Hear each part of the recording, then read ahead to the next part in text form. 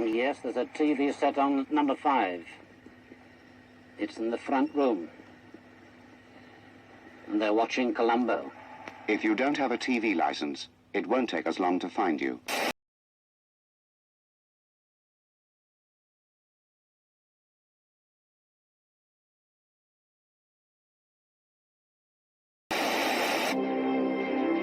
There are rather a lot of TV detector vans in this area tonight.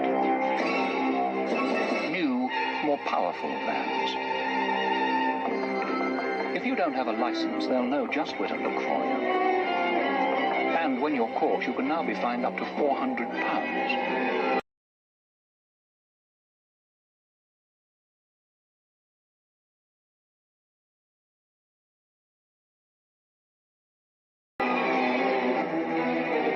The new TV detector vans, they're in this area now.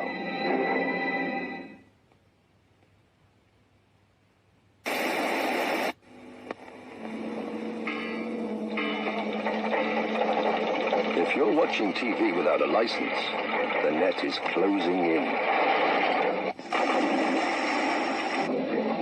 Our advanced computer has the addresses of all unlicensed homes. And apart from detector vans checking them out, we've also got special teams of licensed investigators.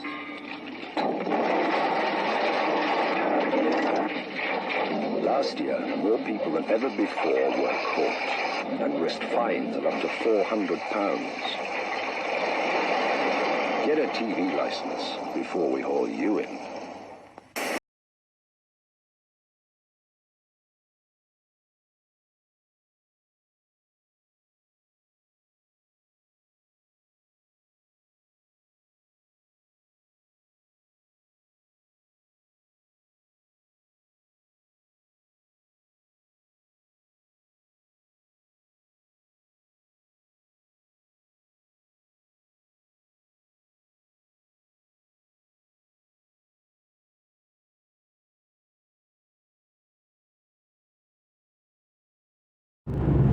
There is one thing that you've got to be careful of now, is of course if you're not paying your TV license and you're not, subscribed to the iPlayer by signing in and giving an IP address to an email address and signing legally to the iPlayer. If you're signing in and watching the iPlayer and you've got an IP address, they can detect you with your IP address that you've not got a license. They will be able to trace that, and of course they could technically not have a detector van, but they could have technology that could actually hack your internet if they really wish to, or they could trace from your internet provider that you've signed into the iPlayer and you're not registered with that email address, and that address has a location. That's where they do it. That's how they trace you. So have a VPN on anyway with your internet connection. I recommend IP Vanish or Surfshark. Quite a few reputable companies now to get an internet provider. Of course, most TVs have got Wi-Fi. And of course, anybody outside could actually, if they knew what they were doing, could hack into your Wi-Fi. So I suggest you get, if you've got a Wi-Fi television, of course, and you've got the internet, the best is to protect yourself is by having a VPN, which gives you some kind of a protection. It's like a wall, a tunnel that protects your data when you're online, even on your phone or wherever. A VPN is well worth given something, especially on Wi-Fi, wherever you are with the Wi-Fi signal.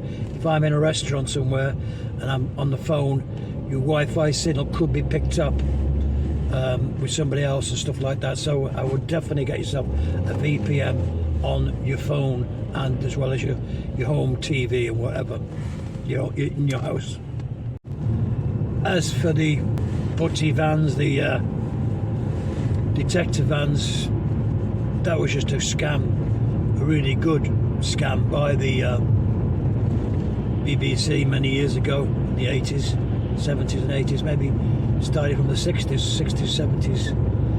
You know, a good 30 years nearly before obviously the new legislation came in when it could be classed as stalking, really. I mean, if you have somebody outside your house in a van, you could say, well, what's going on? You know, unless they got complete authority with the government, which is probably what the BBC had for a while till people started objecting to it, and of course it had no effect in the courts, like I say, because it's just a scam. There was no evidence for anybody to get any evidence against them in a court using a detector van. That's why I say a good solicitor. I have to check with a black belt barrister. That's the black belt barrister. You need any, you know, legal advice, great channel, the black belt barrister, which is there for you. I'd have to ask the black belt barrister whether he could find out whether, you know, a good barrister would contest this evidence that they bring in a court of law that the detector van's got some evidence, because it was all analog detection. And of course the television set in them days was not a transmitter, it was a receiver, not a transmitter. Of course, when this got found out by probably some barrister or some solicitor or somebody legal, they just dropped it and didn't do any more detector vans. So you won't see any more detector vans coming out. No way you'll see them. Yes folks, it's important, if you're liking the video, to give us a thumbs up, a like, share with other people, pass the message on. You're quite welcome to do that. The more people who you know, ring up and cancel the license, get the two-year exemption, like inspect to see. That's all I'm here for. And of course, so I hope it's been some help to you. The detector van, the myth about the detector van, they don't exist. They will not be coming back. Never again will they come back. Looks like the police are after me here. What's the police car? Oh. It must be fine. Reform BC. Before BBC, I'm here. And they're trying to arrest me and trying to lock me away, and put BBC on my track. Anyway, folks, thanks again for everybody who's subscribed to the channel. As well, support the channel. Thank you very much. Really appreciate it. Coming up to, I think, about 60 people, 60 subscribers left to 1,000. It makes really no difference when I get 1,000. I'm not sure whether I've got enough hours to get any monetization, but that's not the plan of the channel. The plan of the channel is to make sure that on your front door, when they come knocking on your front door, you know what to do. I don't want to see anybody get fined on the front door. That's the aim of this channel, not me making any money from YouTube or all these videos. It's you knowing what to do when they come to your front door when you're license free, like Inspector C. That's what you have to do, folks. So don't sign anything, don't say anything to them. Just say, you know, obviously if they come to your door, you just say, yes, who are you? And they'll give you, you know, give the whole thing, tell you who they are, Capita, BBC licensing, and then you just say, no, thank you very much, shut your door, and goodbye. Do not sign anything, and you'll be fine. Anyway, folks, thanks again for all the new people. It means a lot to me, because obviously 1,000 subscribers. I never thought I'd get 1,000 subscribers. I never thought it would. That's how life is, you know, things. And I'm going to try and improve a bit once I get 1,000 subscribers, and try and make the channel more interesting for you. Anyway, folks, thanks again. I will see you on the next one. Thumbs up, like, and I'll see you on the next one. Bye for now.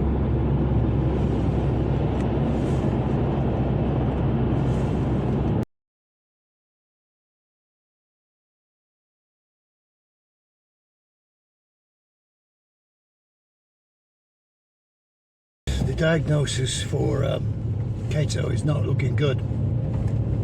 Obviously, doctors, vets, whatever, are saying that he's got a problem with his liver, which you can't really take too many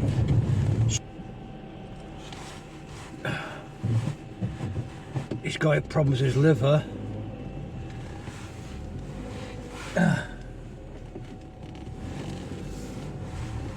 The vets are saying he's got problems with his liver, and at the same time he's got arthritis in his back leg. One of his back legs very bad,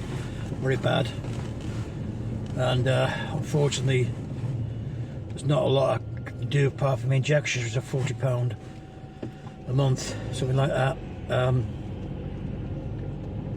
Like I said, that's the only solution, is to get the injections to help him with the pain, and because he can't take the tablets because due to his high risk of his liver, which can cause more problems with the any strong painkillers. He take mild painkillers, but not anything too strong with his arthritis, with his liver problems.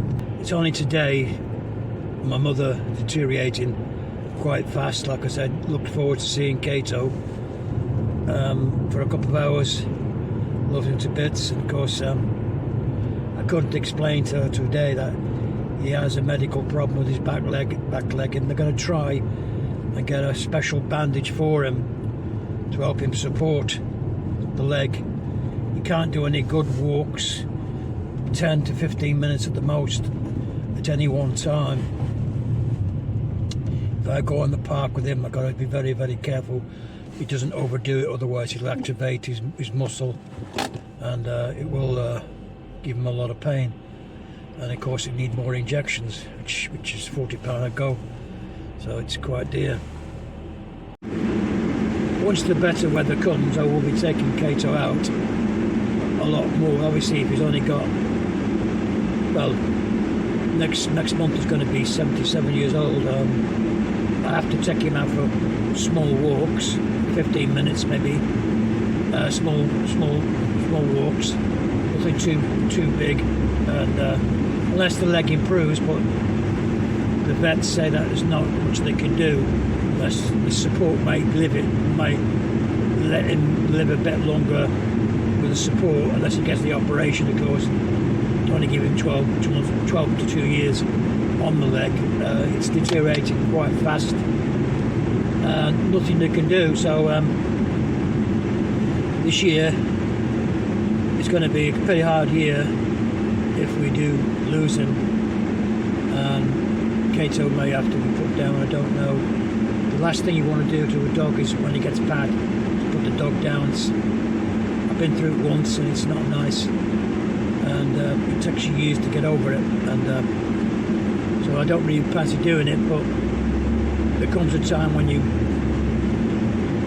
think, well, that's the best thing for him, because he's a big dog, he likes to get out, likes to play with the dogs. That's why I have to take him out isolated, because if he sees another dog, he'll start jumping around, excitable. He's really a nice dog, very placid, and he wants to play and enjoy other people's company, other dog company anyway. So I have to be very careful with him, otherwise he'll do some damage, and got to be very careful with him. But I'm going to do the best I can. I would advise anybody, if you're going to get a dog, you must get out insurance.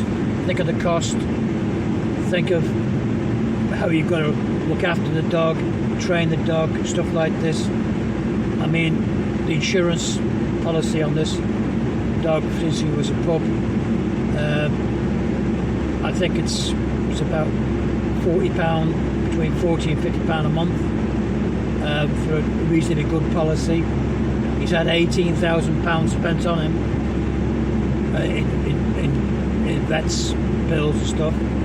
So, you know, it's paid it off, but I mean, I couldn't afford £18,000 to get to the state of what he is now. And he's still, if they're spending all that money with vets and insurance, he comes to 12 years old, 11 or 12 years old, then that's the life expectancy. It's like us. I mean, I might not be around till when I'm 100, I might be a bit docile when I'm 100, you know, I'm not far off it now, but as I say, you know, we get to a certain age when there's not much you can do. Anyway, folks, we'll do the best we can for him, and that's all I can do. Just hope I get this year some bit of fun with him and take him to the beach a bit, take him on the beach, get into the sands, beach, bit of water, sea water on his leg. That might do him good. Or it's his leg and his hip area that he's suffering with. So we may do that. May do a red rum on Southport Beach and see if we can meal it better at Southport this summer. Anyway, folks, we'll hope for the best. Well, like I say, my mother loves the dog, and it's a bit of a therapy for her.